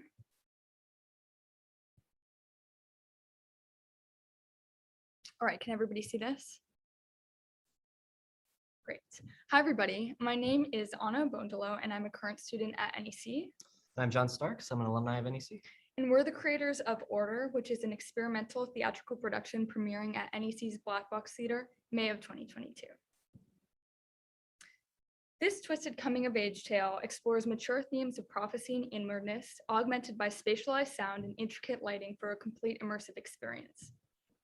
The theatrics embrace both the ultra-mundane and the ultra-chaotic, while the original score acts as a live scoring of the play, utilizing visceral soundscapes riddled with elements of ASMR, Renaissance choir, folk guitar, and sci-fi textures. 2 laser projectors will be used in conjunction with traditional theater lighting to showcase an array of otherworldly visual sensations. Anna and I are responsible for producing every element of the play, facilitating all the rehearsals, creating the costumes, and organizing all the necessary marketing. Additionally, we're going to be performing the original score in the pit using laptops, guitar, and microphones. We're also going to be working closely with a team of 5 performers fulfilling the roles of the cast members. And a quick epilepsy warning on the next 2 slides, there's just some flashing lights.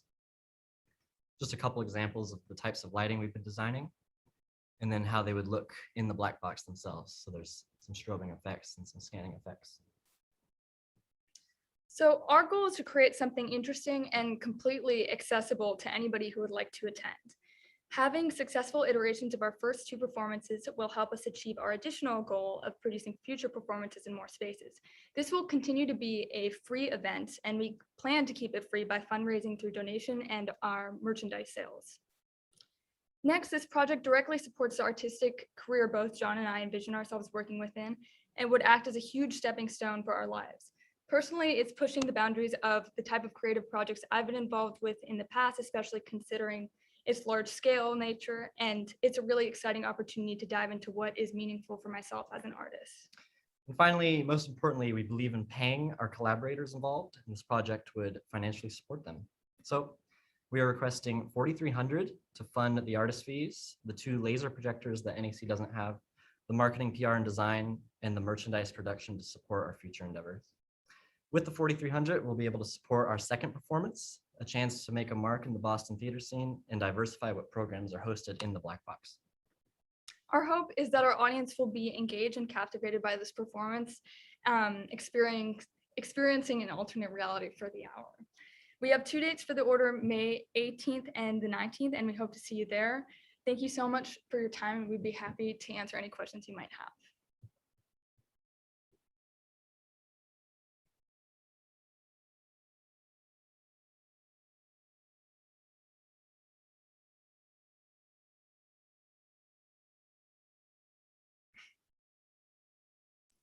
I could jump in. I love this project. I know I heard a similar pitch, Anna, when you pitched previously in EM, and I can actually see how you've added some further thoughts and feedback that you've gotten, such as prefacing for those who might experience epilepsy and things like that. So I'm excited about your project. I love that you have merchandise as well. And I saw that you'd sell it in at $300 would be some of your income, which seems like a realistic amount as well. So that's all I have to say. I actually don't have a question. Thanks. Thank you. I have maybe a silly question, but I'm just, in addition to the two of you, who are the performers? Because I see that paying them is part of your budget. Yeah, so it's going to be a mixture of students who go to NEC and some outside young artists in the Boston area. And we have 3 confirmed, and we're still looking to cast our next 2, but we're going to do that in the next couple of weeks. And do you guys have a director as well, or you'll be directing? So we are writing, producing, and directing the entire project. Yep. And starring. Yes. Amazing. Well, we won't be on the stage as actors. I'm kidding. I'm kidding. Oh. That's great. The next one, yeah. So I've got a very large scale question, and you know, feel free to. I'm not sure if we really have time for you to get too specific about this, but I guess one reading, looking at your materials, listening to your examples. I guess I still came away with it, and I understand it's a work in progress. So feel free, to answer this as vaguely as you need to. But I guess I kind of came away from your materials still feeling like I don't really understand what the audience is going to experience. So I guess if you could maybe give me just a very brief description of what's this going to be like? I mean, if I'm in the audience for this, which I plan to be, what's going to be happening? What's going on? I guess just in its purest form, it is a narrative, we do call it a play. So a narrative that we've written in the script from beginning to end, but we just kind of think of it as kind of like an augmented 21st century updated version of like a theater production. So we're going to have like a quad surround system, and then the projected lighting is going to be, kind of in the more intense, synchronized with the music type of thing. And in terms of narrative, both John and I have really been inspired by just horror movies in general.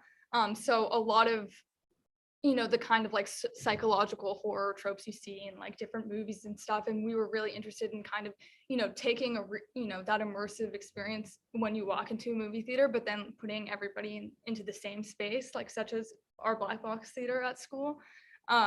So it will, have that kind of, I guess in terms of if you're interested about the plot, it takes, a course over 24 hours of, a girl kind of diving into her own psyche and experiencing parts of herself that she usually hides, without giving too much away, but I guess you'll have to come and see.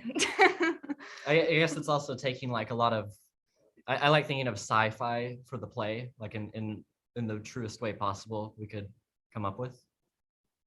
Sci-fi for the stage. If that gives any sort of idea.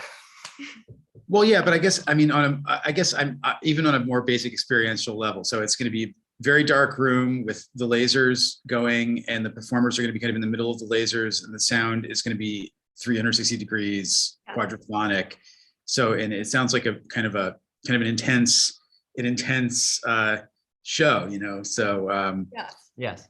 And it will be an intense show, but also we're, in our advertising, this is not going to be a show where we want somebody to walk into it and, be surprised. I think we really, we're going to warn people, especially with the epilepsy warnings about, what they're going to come see.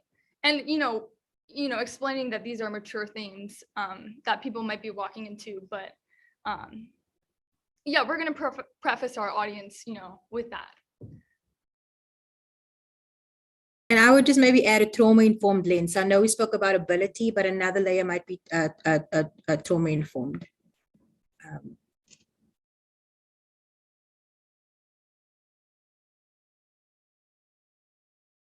I love the idea of it being immersive and everything. I'm just wondering, because I've done concerts with projection mapping before. It's definitely very powerful, but it also has its limits where the audience would still be passively taking in the effects and the music and everything. So I was just wondering if you would consider, or if this even is a part, is there an interactive quality of your play, or is it more like, I don't know if I'm getting through, but what's the extent of it being immersive? Like how much can people actually be involved in your play? I think we meant immersive more just in a qualitative way, not necessarily in an interactive way for this production. So yeah, the actors themselves like won't be interacting, you know, having like personal interactions with the audience, but more so immersive in terms of, you know, the spatialized sound, you know, system and different, you know, music we're composing to kind of get the audience into more of like a, you know, hypnotic and meditative state. Maybe I'll close with a very quick budget question, which it seems like 99%, if not more, of your budget is contingent upon winning this grant. And I'm curious to know what happens if you don't win it. Will you guys be able to realize your vision? Do you have other ideas about funding sources? Yeah, crowdfunding is definitely something we're going to shoot for, because we feel we have a lot of strong kind of donation incentives. Like when you think about Indiegogo rewards or Kickstarter rewards, having the merchandise or some actual props used from the production, I think are pretty strong incentives for people to be into donating for it. And yeah, I mean, bottom line, we really believe in paying everybody involved. So we're prepared to take the hit if that's, you know, the last possible option, but that is our last possible option for this. Awesome. Well, thank you so much, Anna and Jonathan. Thank you so much for answering your questions and your pitch. And now it is time for our next finalist, Jack Earnhardt.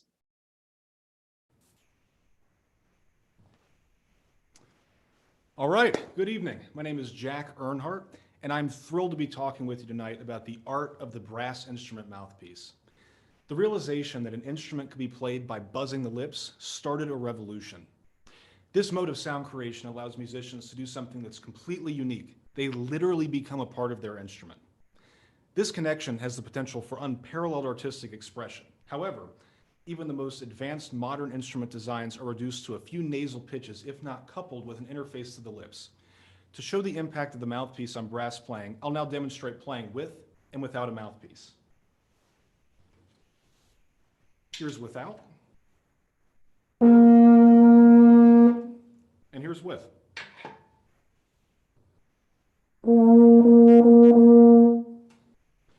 As you can see, an interface is required.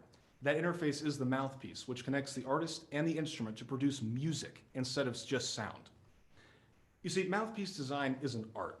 Complex relationships exist between the artist and the instrument, mediated by the mouthpiece and described by a combination of sound model and artist anatomical factors.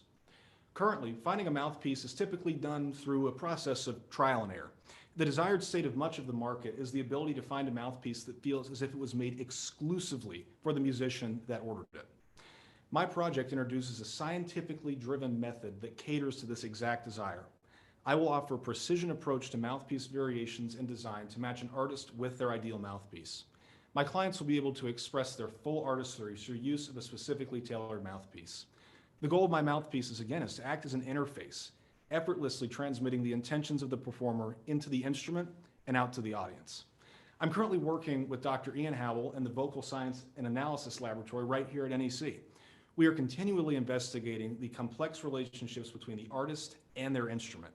It is very important to me that as I continue to refine my design skills, other musicians are also able to experience artistic growth as a result of advancements in design. I plan to enlist a minimum of 5 student brass players at NEC, Each will receive my scientifically guided design consultations, and at the end of that process, a custom designed mouthpiece free of charge. This process will allow me to execute the findings of my research, grow as a mouthpiece artist, and provide multiple brass musicians with a tool of which to grow their art. This process will also give me a future competitive advantage in the custom mouthpiece design field. The need for a precision approach to mouthpiece variations in design extends from symphony professionals all the way down to beginning student musicians. If a student musician is able to receive a mouthpiece that is created specifically for their dental architecture, common technical faults caused by poor equipment choices will be greatly reduced or in some cases even eliminated. In the field of brass performance, custom designed mouthpieces help every musician to reduce unnecessary compensatory measures when playing, allowing themselves to express unimpeded. Thank you very much for your time tonight, and I look forward to entertaining your questions. Awesome, Jack. Thank you so much. And now it is time for the Q&A. I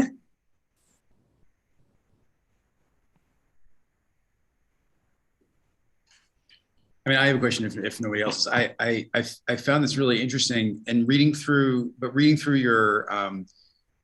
your materials, I felt like, you know, a lot of what you're talking about, especially the purchase of the lathe, is involved in the sort of manufacturing of the custom mouthpiece. Yes. And I was very, I didn't feel like I understood what you need in terms of tools or materials or even a workspace or whatever for the design part of the process. So like, do you need, I mean, there must be equipment involved in that, but that I didn't see that in your proposal. Of course. So all of the equipment I use for my acoustic research is based right here at NEC, as well as my shop in Fredericksburg, Virginia. Currently, all of my my tools for operation I do have in Fredericksburg. The lathe is going to be the sole purchase, and it will be a CNC lathe. And to clarify and touch on that a bit, a CNC lathe is a computer numeric controlled lathe. The two big advantages of having a CNC lathe, especially with my goal of creating custom mouthpieces, one is the nature of custom mouthpieces require individualized design. So that means outputting different mouthpieces per player. A CNC lathe will scale down production time because it is mechanized by robotics and motors instead of handwork and human intuition. Two, it will allow for greater accuracy. It will also allow for greater replicability, which are two things that are absolutely necessary in my goal of creating custom mouthpieces. So yes, sir, to answer your question, the lathe is the sole purchase. It will be put in my shop in Fredericksburg, Virginia, and research will occur right here at NEC as well as locally in my hometown. So, Jack, I have to admit that I don't know what a CNC lathe is, but as you were talking, I Googled it. And they seem to range in price from $400 to about $158,000 on the quickest Google search. And your budget to me doesn't indicate really very much at all, except that you're asking for $7,500. I don't quite understand what it's for exactly. I understand it's for the lathe, but usually a budget is kind of an itemized list of expenses and income sources, in-kind donations, et cetera. So I was wondering if you could just spend a moment talking to us about your budget, which really just has one number. Of course, in retrospectively, I could be more specific on that. So I would love to answer that for you now. The CNC lathe includes a package. You are correct in the assessment that CNC lathes can range from just a few $100s to the price of a small home. Now, the manufacturing that I do in brass mouthpieces is very specialized, and the need for a rather large and elaborate lathe is not needed. And that's really because those machines are meant for machining harder materials such as steel, titanium, or Inconel, to give you an example. A breakdown of my budget, moving on to that, it will include a Tormach 8L CNC lathe, as well as all the required tooling and custom design tooling that comes with that machine to produce mouthpieces, I'm hoping within a month of setup. That can include tool holders, that will include tool rests, that will also include carbide inserts for cutting the material. I should also add that all of the brass stock for designing that mouthpiece I maintain in stock at my shop in Fredericksburg. So that is not an expense that I'm writing off. Thanks, Jack. I have an extension question more about the business model. So I guess the 7,500 is for specific asset that you need for your business. And I hear that part of your business model is for you to provide expertise and help, but also to provide the mouthpiece. So could you share, just so we sort of see where this is going, or what is sort of the cost price of a mouthpiece and how much would I purchase it for in relation to other custom mouthpieces? I'm also thinking about a cost analysis versus other custom mouthpieces around the country. And at which level, if I could ask this honest question, at which level is this mouthpiece being custom? I don't know if that makes sense. Is it like something a student would use, or is it something an NEC student would use, or is it something a professional would use? Of course. Yeah, absolutely. That's a wonderful question. My mouthpieces are designed from the bottom up, should the player desire that. I'm willing to go from just a sketch and work with that. I'm also willing to take scans of certain mouthpieces, and I do that often. You talk about beginning students. Beginning students might not be fully aware of each individual parameter they desire. Their teacher might have a general idea. In that case, I can take elements of pre-existing stock mouthpieces and modify them to fit, say, the player's dental architecture. In terms of price range for these custom mouthpieces, my business model has been developed since its conception to support mouthpieces that are completely custom. Now, the current cost of a custom mouthpiece from a notable brand will range somewhere from $300 to $475. My price for a single custom trumpet mouthpiece is $250, and I'm able to keep that price low due to streamlining the production method or the production operations, as well as the development of some normative tests I do on the musicians. Those can be done either over the internet or in person.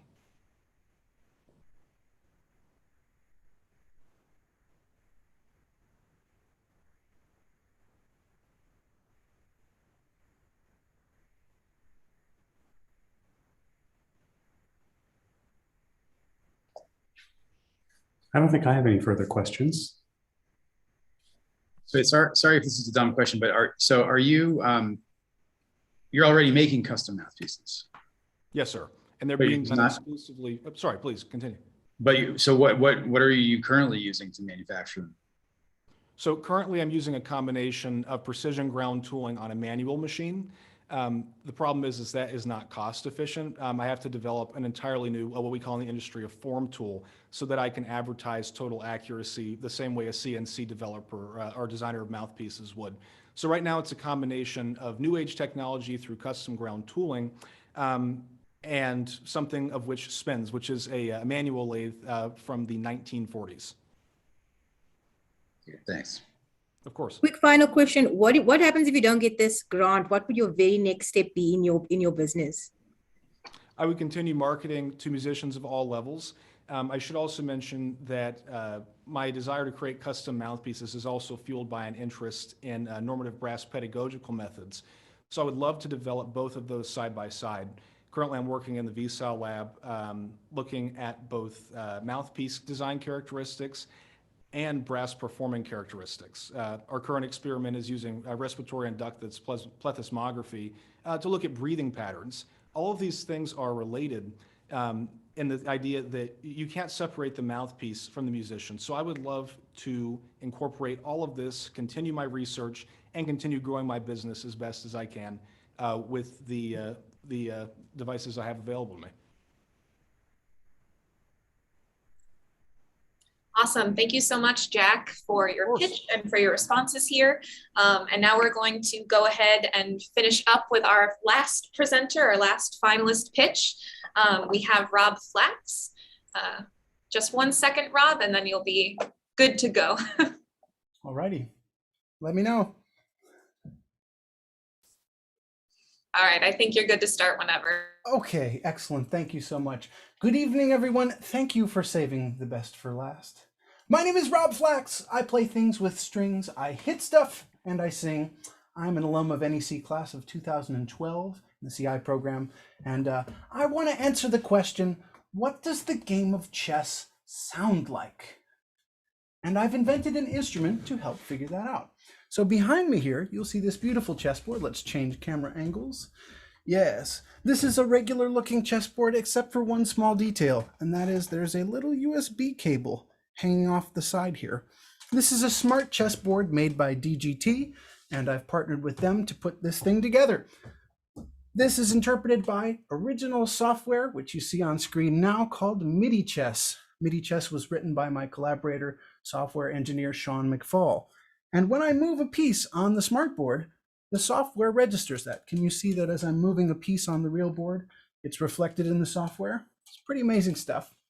Now, what can we do with that? Well, we could make music. So why don't we consider the position on the board? Right now, let's say it's white's turn. What if we lit up every single square that a white piece could legally move to? Well, that would look something like this. And let's have those trigger a bunch of sequencers. And that's going to sound a little something like this.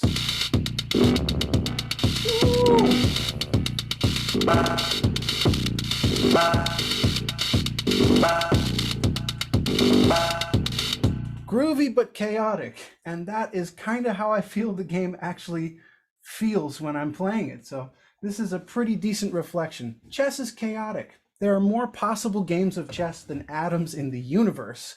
So this is getting close. I want to document and continue this research of sonifying the game of chess, and that is where I need your help. I'm looking for funding for 3 things. First, I want to give Sean, my software engineer, some money because he's worked really hard and made this just out of the goodness of his heart and thinks it's cool, but I believe he should be compensated for his efforts.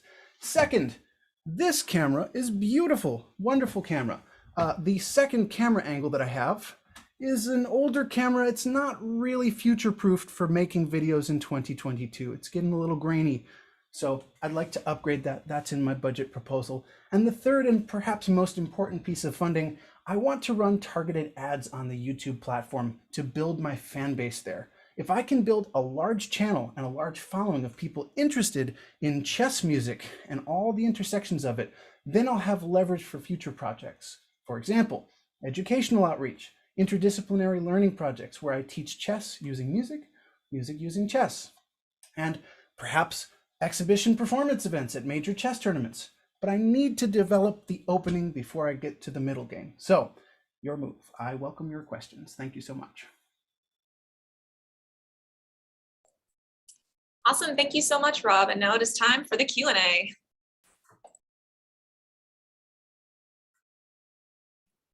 I could start us off. This is a very interesting project. So it sounds really fascinating. I know you spoke a little bit to your goals, but I guess my question is sort of to clarify, what are your primary overarching goals? So is it to make this a business whereby folks purchase your digital chessboard, so they purchase the technology, or to break into the experimental music circuit with your method of linking gaming to compositional, or is it educational? Great question. There are a lot of possible applications for this thing. And that's kind of, we're in the very early stages. What I'd like to do first is build a community of interest around it. Once I have that, then I can pursue other specific goals. I'm not interested necessarily in selling MIDI chess. In fact, the software that Sean has written, we ultimately would like to make available to everyone for free. I'm interested in interdisciplinary learning and biliteracy and encouraging people to follow what happens when you learn 2 subjects deeply and explore them. So there's a lot of educational possibilities. It also means that I can get to imagine 2 grandmasters at a major international chess tournament playing a game of speed chess, and I'm triggering a techno dance party based on their moves. So there's lots of performance opportunities for this as well, but that's after people know about it. So the first and most important thing is just getting the word that this exists and building a community around it.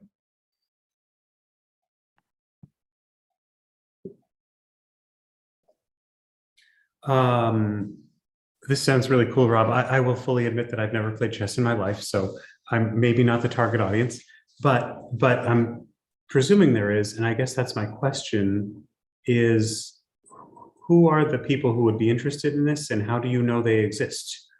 Great question. So there's several, right? You are, I assume, interested in music, yes? So well, I do. I actually am, yeah. Okay, right. So you're in one of the target audiences. I want to invite anybody who's interested in music to learn a little something about chess. There's a lot of stigma about chess in our society writ large. The Queen's Gambit last year was wonderful for everyone going, oh yeah, maybe chess is cool. But historically, it's kind of shoved off to the side. There's tremendous benefits, especially for young kids. Learning that at an early age changes their spatial reasoning. There's the ability to think ahead, imagine yourself in someone else's shoes. There are tons of pedagogical benefits for having chess in education programs, as well as music. And so if I can provide a platform to show the benefits of both and just get people curious, even if they don't understand everything. I mean, to learn all of chess and all of music will take multiple lifetimes. That's not the goal. I want people to get curious and inspired to smash their interests together. Okay, I'm going to jump in because I have two questions and they're both kind of large. So I'm just going to ask them. So question number one, and this is sort of a little bit building on Ben's question, or your answer to Ben's question. What if I like chess and I like music, but I don't like techno music?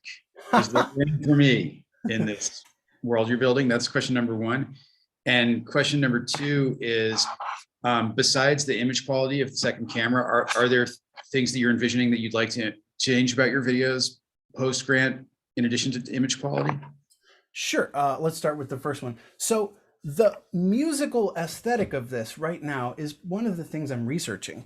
I bought this drum machine behind me, the Soma Labs Pulsar 23, because it's very flexible and you can change the sounds and timbres that come out of it very easily. The nature of this device is it's going to be creating electronic something. Hey, maybe I could partner with a Magic Music Score people to generate some chamber music and have live instrumentation play it. But I actually tried this when I was a student at NEC. On my master's recital, I had a piece called Lucena Position for 6 musicians and 2 chess players. And I had one person in the ensemble per piece on the board. There are 32 pieces. That's a full orchestra. I don't have a budget for that. So this is a stopgap measure until I figure out how to get that for real humans. But as it turns out, there's a tremendous market for people who do like electronic instruments. The NAM report shows that the electronic music market this year, or maybe last year, was like 283 million. So there's tons of manufacturers of electronic instruments and lots of people who like to buy them. And in my grant application, I went through a bunch of channels of people who are synthesizer enthusiasts and electronic music people, as well as some chess YouTube channels. And these folks definitely will be curious about. Everyone I've showed this project to has kind of gone, huh, cool. So I think it's got enough of an audience that if it's not right for you, there's definitely millions who it is right for. I'm pretty confident. What was the second question? I'm sorry, I've already forgot. Yeah, just besides the improved quality of the second camera, are there any things you want to make fit to different about your videos? Because you're already making videos. So what's different? Just more better. Right now, the video I posted yesterday actually got a comment organically from a channel called Red Means Recording, who is somebody that I listed in my proposal as a channel whose viewers I want to target with ads. Jeremy, the owner of that channel, commented and said, hey, great video. He's got 400,000 followers and he found it organically already. So I think I'm on the right track. I just know that that camera doesn't look very good compared to the other one and want to upgrade so that the whole thing has a higher fidelity and will be more attractive for down the line. I'm future-proofing. Yeah. I haven't had time to check out your YouTube channel. I'm sure it's, I will, and I'm sure it's very cool. I'm just wondering, how long have you established your channel and what's the audience growth? Sure. So I just passed the 1,000 subscriber mark at the end of December, and I did a giveaway, and now I'm up to 1.07K. Basically trying to publish several times a month, and every video I've posted has gotten pretty positive reviews and more views, and I'm nearly to the point where I'm monetized as an ad partner. I need to get a few more watch hours. So everybody go and subscribe and check out my videos and you'll be helping. But steady growth. Awesome. Well, thank you so much, Rob, for your pitch and for your answers to this Q&A. It was a pleasure to hear. And that wraps up pitch night, everybody. We've heard all of our 10 amazing finalists, and we've heard a lot of really great questions and answers. And now it's time for us to go sequester and decide who wins. So just a reminder, first prize is a $7,500 prize, second prize is $3,000, and third prize is $1,500. We expect these to be announced within the next day or two, but definitely check out the NEC social channels and the website for the winners and the details on their projects and information on how to connect with them. I want to thank our panelists again for being here. You've all done an absolutely amazing job, and it's been a pleasure to hear you guys work with the students and alumni and hear your questions. And yeah, I think that's about it. So congratulations to our finalists and have a great